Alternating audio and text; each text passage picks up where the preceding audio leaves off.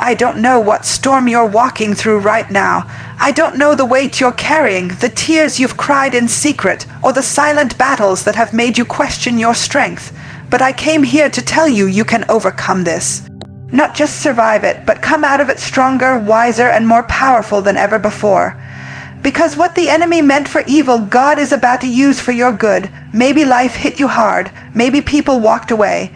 Maybe you failed, fallen, or found yourself in a place you never expected to be. But hear me when I say this. You are not finished. This is not how your story ends. This is the part of the story where the plot twist happens. This is the chapter where you rise. So today, I want to walk with you through 5 truths, 5 keys that will remind you God still has a plan. You still have purpose, and your comeback is already in motion. Let's begin. Let me tell you something that I had to learn in my own journey, and maybe it's what you need to hear right now. You are not alone in the fire. I know it feels like you're alone. I know it seems like no one sees the weight you're carrying or hears the cries you whisper in the dark, but God does, and not only does He see you, He's with you. You see, we often think that God's presence means the absence of problems. We think if He were really with us, we wouldn't be hurting like this, but His presence doesn't mean we won't face the fire. It means that when the fire comes, and it will, we won't burn. It means when the waters rise, we won't drown. That's His promise.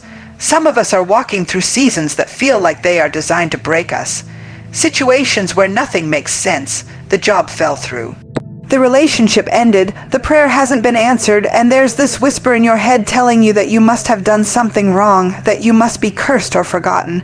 But can I challenge that thought right now? What if you're not being punished, you're being prepared? What if the fire you're in is not to destroy you, but to refine you? I think about the story of Shadrach, Meshach, and Abednego, how they were thrown into the fiery furnace because they wouldn't bow to the pressure of their environment. Everyone else was doing it. Everyone else gave in, but they stood firm. And sometimes doing the right thing still lands you in a hard place. But here's the part that gets me every time. When they looked into the fire, there weren't 3 men, there were 4. Because Jesus showed up in the fire. He didn't wait on the other side. He didn't shout instructions from heaven. He got down into the middle of it with them. That's the kind of God we serve. A God who steps in when everyone else steps out. A God who shows up in the middle of the mess, in the middle of the diagnosis, in the middle of the heartbreak. And some of us are so busy trying to get out of fire that we miss the fact that God is meeting us inside of it. That encounter in the fire, that's where we learn who He really is. That's where our faith becomes real. That's where we stop quoting scriptures and start living them. And I know it's hard. I know it feels like too much. But can I tell you something? If it wasn't necessary for your future, God wouldn't have allowed it. If it wasn't going to produce something in you that couldn't be developed any other way, He would have moved it.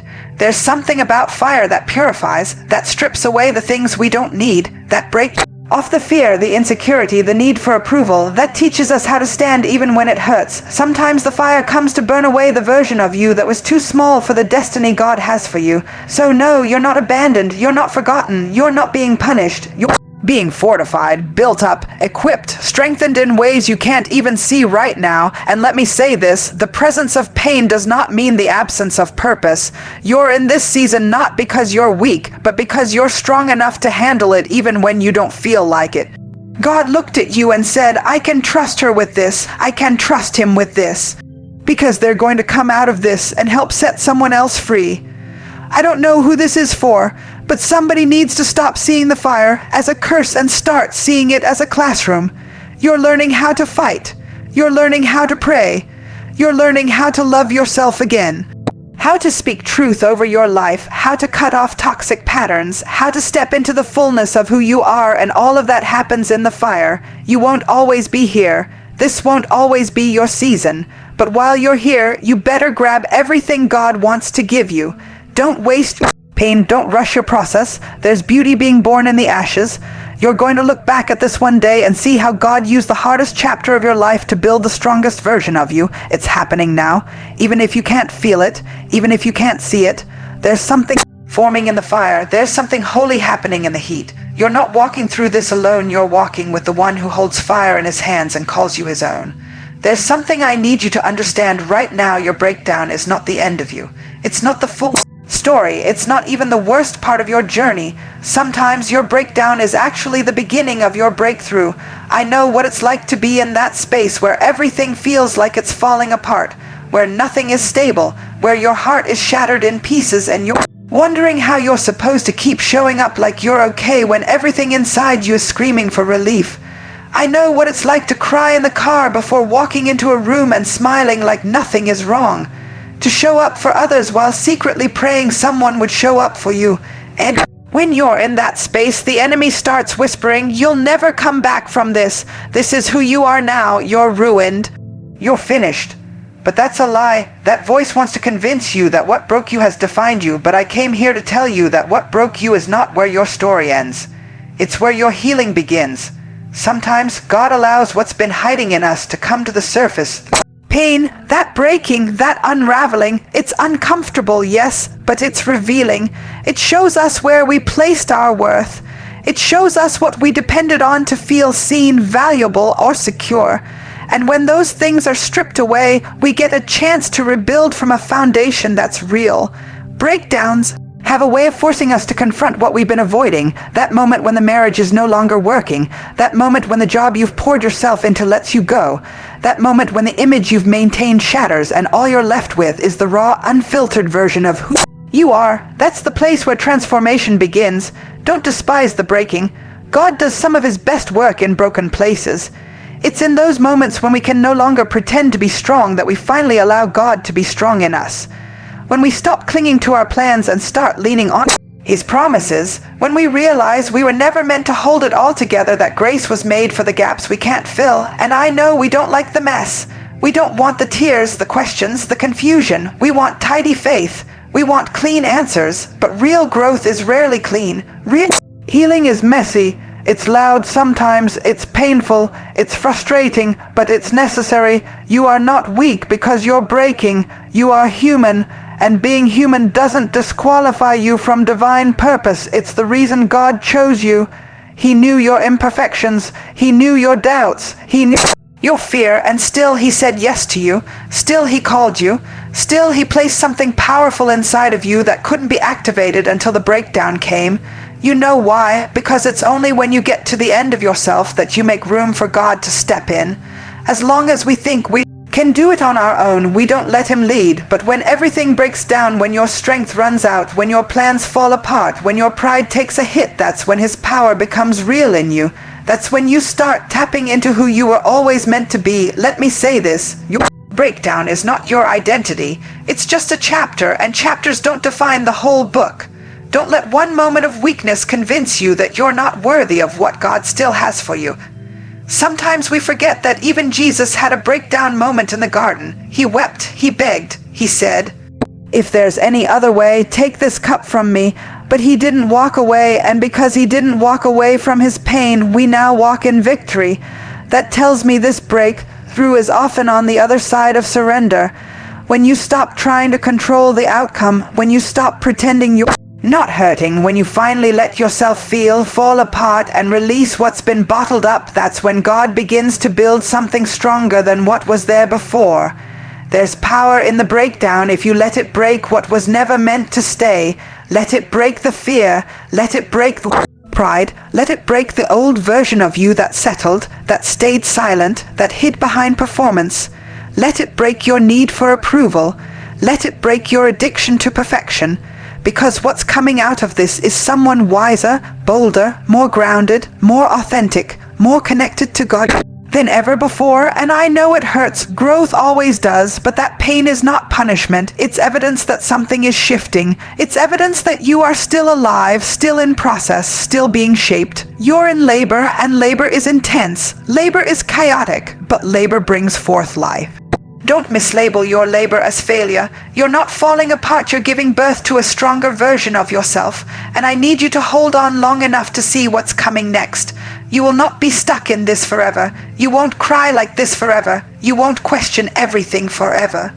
There is light after this tunnel. There is clarity after this fog. There is strength after this stretch. And when it comes, it's going to make sense in a way it doesn't right now.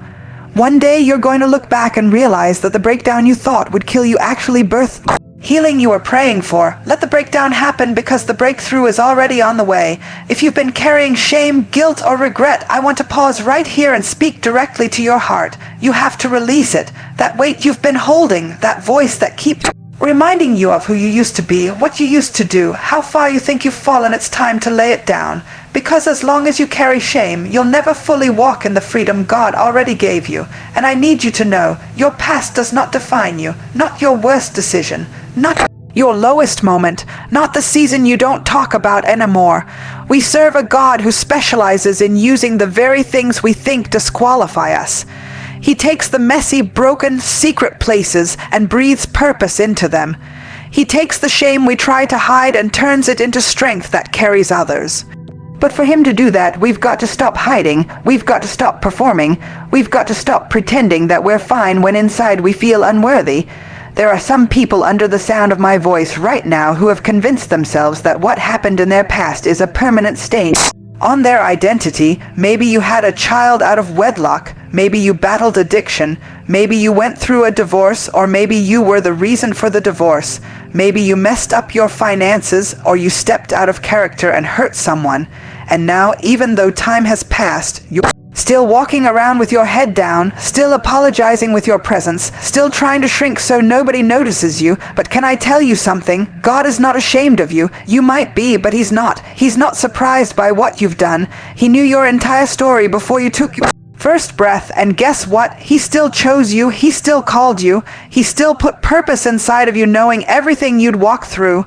You think your mistake disqualified you, but what if it actually deepened your message? See, the enemy loves shame because shame makes us hide.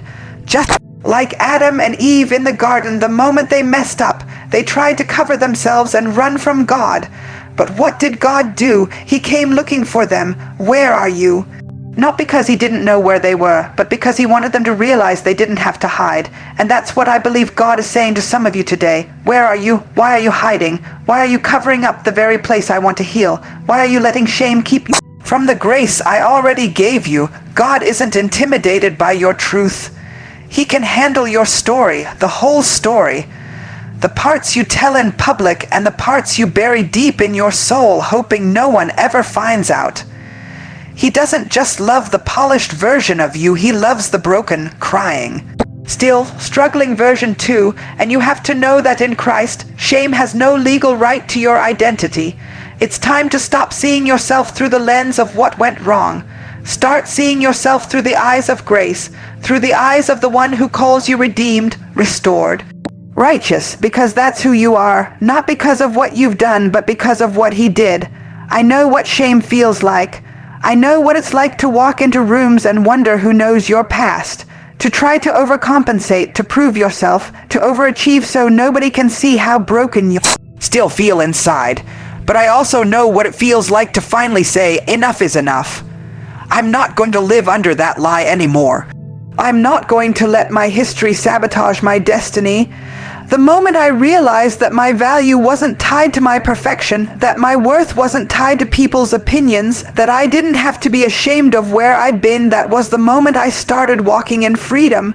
Some of you have been forgiven, but you haven't forgiven yourself. You keep rehearsing the failure, reliving the mistake, replaying the moment.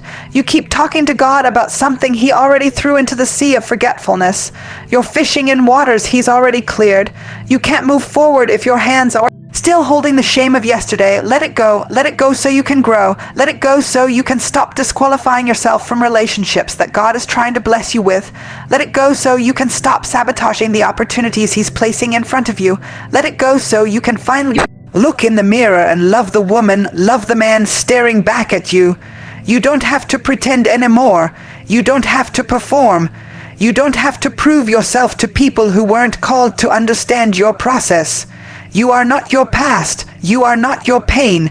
You are not your mistake. You are God's daughter. You are God's son. You are chosen, handpicked, loved, and seen. And maybe your story didn't start the way you wanted.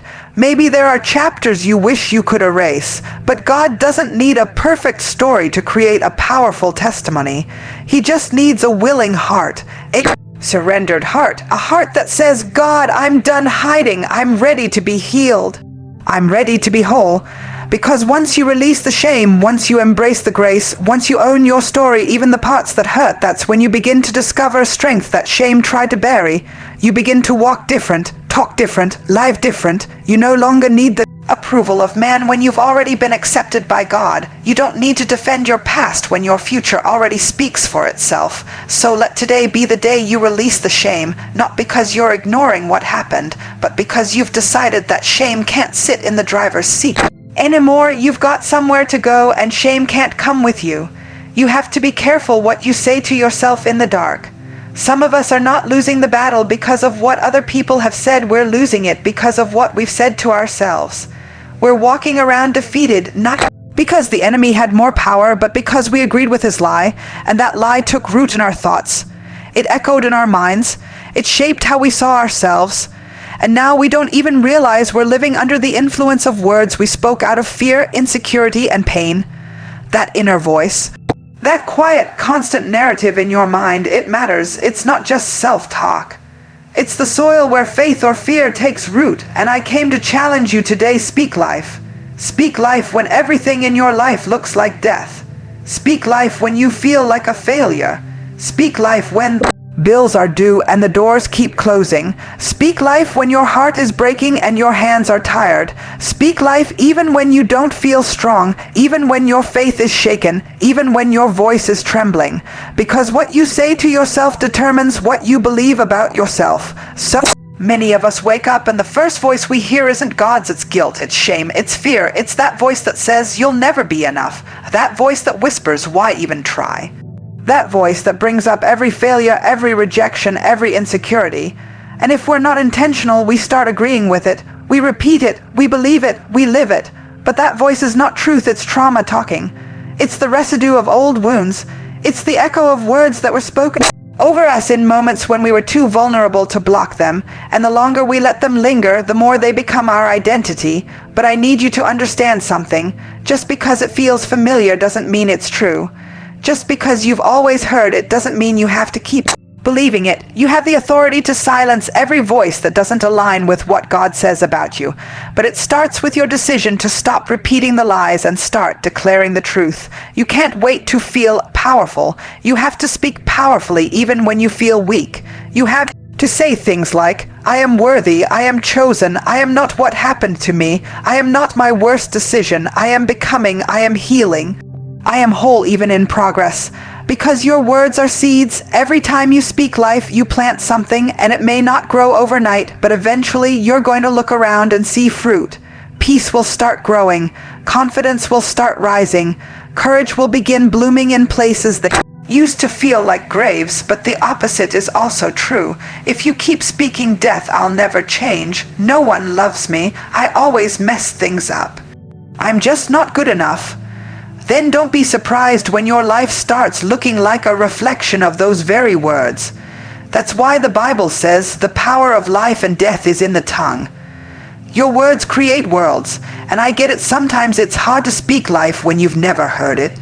When all you've known is criticism, comparison, rejection, but this is the part where you shift the narrative. This is the part where you break generational silence and speak healing into the places that were wounded by silence. You don't have to wait for someone else to affirm you. Affirm yourself. You don't have to wait for someone else to believe in you. Believe in what God placed in you. You don't have to wait for life to get easier before you speak better, because sometimes speaking better is what helps life get lighter. Some of us think we're being humble by downplaying ourselves, but false humility is just another form of agreement with the enemy. It's not prideful to speak the truth of who God says you are. It's not arrogant to say, I'm called, I'm equipped, I'm anointed. I've been through some things, but I'm still standing. I've made mistakes, but I'm still here. I'm still growing. I'm still worthy of love. I'm still becoming who He created me to be. That's not arrogance, that's survival, that's spiritual maturity. That's how you fight when the enemy is attacking your mind. You don't fight thoughts with silence. You fight thoughts with truth. You don't break strongholds with shame. You break with Scripture. You don't escape mental warfare with numbing. You overcome it with renewing, and renewal starts with your words. So the next time that old voice shows up, the one that says you're too broken, too late, too far gone, speak back. Out loud, not in your head. You have to interrupt the narrative. Say, I hear you, but I don't agree anymore. I hear you, but I'm not living under that lie. I I hear you, but I know who I am now, and then say what's true, say what's written, say what God has already spoken. I am fearfully and wonderfully made. I am more than a conqueror. I am not condemned, I'm covered. I am the head and not the tail. I am above and not beneath. Some of y'all need to go home tonight, stand in front of the mirror, and speak to the version of yourself that's been silent for too long. The version that's been hiding behind pain, the version that's been pretending to be okay, and you need to look her in the eyes. Look him in the eyes and say, you're still here, you're still worthy, you're still chosen, you're still powerful. You're not done yet, because something shifts when you speak it. Your body hears it, your spirit grabs it. Heaven moves when you align your mouth with your mission. So yes, life is hard. Yes, it gets heavy, but your words can be your weapon, and you don't need a crowd to start changing how you speak. You just need a choice, a moment, a declaration, and if all you can say today is, I'm not giving up, that's enough, because that's how strongholds start breaking. That's how chains start falling. That's how healing begins, not when everything changes around you, but when everything starts changing within you. So speak life because your life is listening. There's something beautiful about knowing that your pain isn't wasted, that your tears didn't fall into nothing, that your late nights, your silent battles, your moments of barely holding on, they weren't for nothing. I want you to hear this. Your comeback story is not just about you. It's not just about what you survive, it's about what you carry after the storm. It's about the light you bring into other people's darkness. It's about the strength you show someone else when they're on the edge, ready to quit. It's about the way your scars speak louder than your silence ever could. We like to talk about purpose, about destiny, about calling, but we rarely talk about how purpose is almost always born from pain. Calling is carved out of seasons you didn't ask for.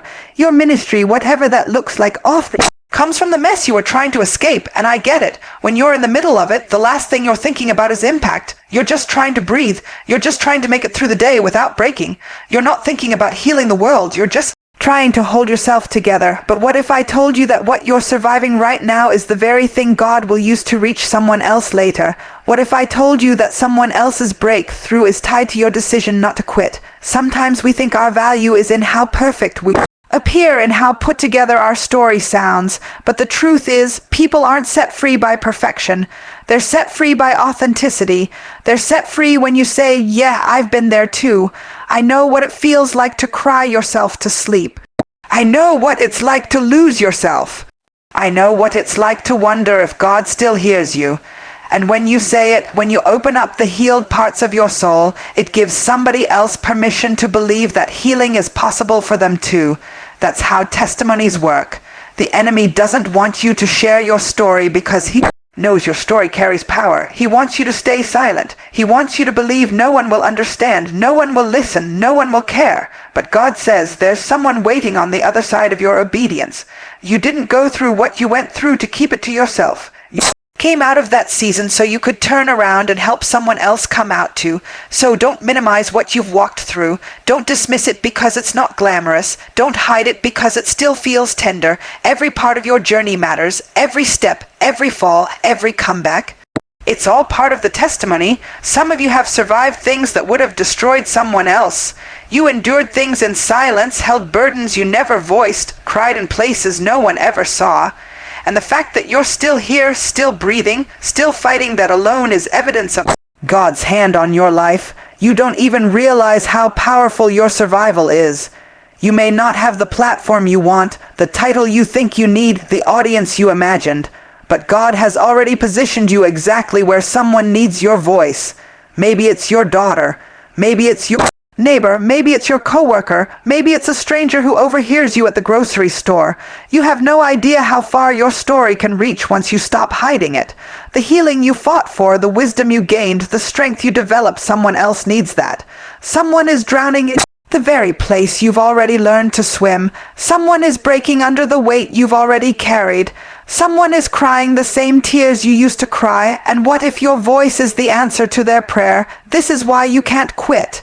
This is why you can't give up, can't shrink, can't go back into hiding, because your life carries meaning, and not just in the good parts, but in the broken, messy, in-progress parts too. God is going to use all of it. Nothing will be wasted, not the heartbreak, not the betrayal, not the delay, not the rejection, not the trauma, not the time you thought was lost. He's going to take what was meant to break you and use it to build someone else. He's going to take what was meant to bury you and use it as the soil where someone else's hope starts to grow. You don't have to have it all together. You don't have to know all the scriptures. You just have to be willing to show up, willing to share, willing to say, look, I don't have all the answers, but I know what God did for me, and I believe he can do it for you too. Because people don't need perfect. They need real. They need to see that it's possible to come back from the worst season of your life and still have joy. They need to see that it's possible to be broken and still be used, that it's possible to carry trauma and carry anointing, that it's possible to feel pain and still live with purpose. So stop disqualifying yourself. Stop waiting for everything to be neat and clean and clear. Just start showing up as you are. Start sharing from where you are. Start walking in what you already know to be true. You are the miracle someone's been praying to witness. Your comeback story is not just a personal win, it's a weapon against the darkness. It's light in valley. It's proof that God still restores, still redeems, still resurrects. And maybe, just maybe, your story is the permission someone else needs to believe that they can overcome too. You went through it, but you didn't stay there. You were wounded, but you healed. You were shaken, but you stood. You were stretched, but you grew. You were broken, but you didn't break down. You came through it. You came out of it, and now you're walking with power. And every step you take forward is a declaration. I survived. I overcame. I came out stronger than before.